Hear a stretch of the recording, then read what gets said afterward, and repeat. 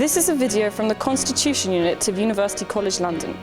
Professor Prof Hazell and Ben Yong have just completed a major study monitoring the day-to-day working of the UK's coalition government, sponsored by the Nuffield Foundation. Their new book, The Politics of Coalition, How the Conservative Liberal Democrat Government Works, answers one of the most important questions in British politics.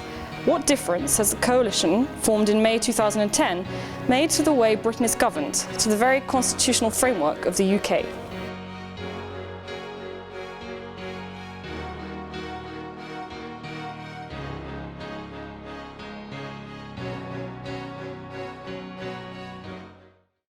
Robert, can you tell us the hypothesis of the project and how you went about your research? Well, this is the first coalition government in Britain in 60 years. That's a huge change in terms of how Whitehall and Westminster normally run. So, with the support of the Cabinet Secretary, Sir Gus O'Donnell, and with the approval of the Prime Minister and Deputy Prime Minister, we were allowed to make a special study of how the coalition works. We interviewed 150 people. Ministers, their advisors, senior civil servants, people in both houses of Parliament, to get the inside story on how the coalition works in practice. And that's the importance of our book, that we've got the story from the people doing the day-to-day coalition work on how coalition works in Whitehall. And how big of an achievement was what went on in those 5 days in May? It was a huge achievement. The politicians were exhausted after a month of electioneering, and they went straight into incredibly intensive negotiations, which lasted 5 days. In most European countries, it takes several weeks before a coalition is announced after an election. And in the UK, they achieved the initial coalition agreement after only 5 days. That was extraordinary. How does the British experience compare with international experience of coalition? It's actually been pretty similar to the international experience and the experience in devolved administrations. Robert's talked about how rapidly the Conservative Lib Dem coalition was formed. The international experience is that the government formation process is a much more drawn-out process, taking anywhere between 1 week and 1 month. But other than that, it's been pretty similar. This coalition, like many coalitions, have faced two basic dilemmas. The first is what we call the unity distinctiveness dilemma. That is, the coalition parties must struggle to maintain unity in government, but they must also find a way of signalling their distinctiveness to the electorate. The other problem is the problem for the smaller party in a coalition. Often they are under-resourced, they're overstretched, and they're overshadowed by the larger party. And they often find it very difficult to signal to the wider electorate what they're doing in government. And as a result, they often suffer disproportionately come election time. So how does the coalition work at the top? At the top, there are very good relations between the Prime Minister and Deputy Prime Minister. We all know that David Cameron and Nick Clegg get on famously well, and that helps set the tone for everyone immediately around them. I was very impressed in all the interviews I did in Number 10 and in the Cabinet Office at how close the cooperation is between the two coalition parties. There's a huge amount of mutual respect, and they really work very, very hard to consult each other over all important decisions, to keep each other in the loop.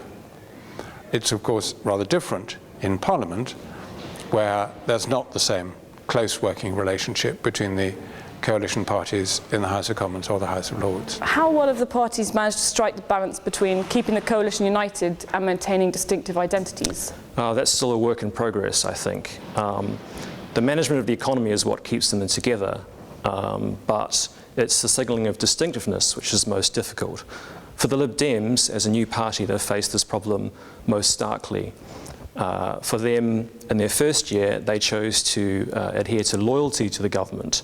But by the end of the first year, they began to realise that they were being overshadowed by the Conservative partner. So they've shifted to a more explicit policy of party differentiation. But it's not clear whether or not the wider electorate has actually understood this, and the Lib Dems polls are flatlining at the moment. But the Lib Dems are not alone. The Conservatives too are a little bit worried about their party distinctiveness. For them, They're more worried about the watering down of their policies. And it's quite noticeable that David Cameron, for instance, has had to break ranks and assert that he is a Conservative Prime Minister, most notably at the AV referendum, and more recently, at the end of 2011, over vetoing the change to the European Treaty. And what's happened in Parliament? Right. As one interviewee said to us, what we have is a coalition government, not a coalition parliament. Robert's talked a lot about the close relationships and the trust that we see within the executive, but that's not replicated in Parliament. Phil Carley has shown us that what we have at the moment is a very rebellious Commons, and there have been significant defeats in the House of Lords. Having said all of that, the government continues to get its way, at least for the moment. And that's because the coalition has a majority in the Commons, and it has much larger numbers in the Lords, much larger than the new Labour government had. And that has allowed them to pass significant legislation, for instance, the Health and Social Care Act. And that's something that may not have been passed were it not for the coalition. So what's the midterm verdict? I think so far the coalition has worked really well. They have very good and close working relationships between ministers of the two coalition parties. They've got extremely close relationships at the top, and they follow the golden rule of good faith and no surprises. They keep each other fully informed and consult each other in advance about any major announcements, and they cut each other some slack when they see that the other party is in some kind of difficulty. Are there some lessons the government can learn? For the future, I think there are lots of lessons, and I hope that if we ever have another coalition government in Britain, our book will be a primer for future coalitions. The kinds of lessons that they can draw from our book are: immediately after an election, be prepared for very intensive coalition negotiations. Choose your negotiating team in advance, brief them well. In those negotiations, think as hard about what ministerial offices you're going to try and choose as about the policies that you're going to compromise on. Think hard about whether you're going to go for breadth or depth in terms of ministerial positions. And in government, think very hard about what difference you can show after you've been in a coalition, in particular on those issues that matter to the public.